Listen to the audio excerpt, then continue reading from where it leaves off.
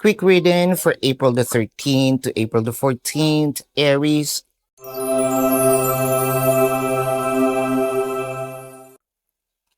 Your cards are the Two of Cups, the Ace of Pentacles, the Queen of Swords. Consistencies ang nakikita natin dito.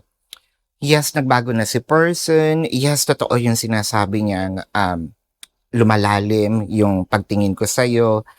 Sabihin natin nagkaroon ng mga challenges nitong mga past days, no?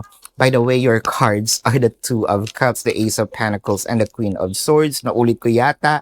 Pero ang ibig sabihin nito is more of yung offer ni person na ang pagbigay sa'yo ng, let's say, abundance. No? Abundance may mean different things to different people. Abundance may mean time, energy, effort, love, commitment, or literally money. Kung ano man itong hinihingi mo sa kanya or combinations of those, pwede niyang ibigay sa'yo. Kumbaga, sa pagdadrive, kung dati siya yung may hawak ng manibela, ngayon sabi niya is more of ikaw na ang mag-drive ng connection. Hindi dahil sa tinatamad ako, no, I will just ride. Dalin mo kung saan mo gustong dalin itong relationship. So the ball is in your court. This is your reading, Aries, for April the 13th to April the 14th. My name is Daphne, but spirit calls me bye-bye love.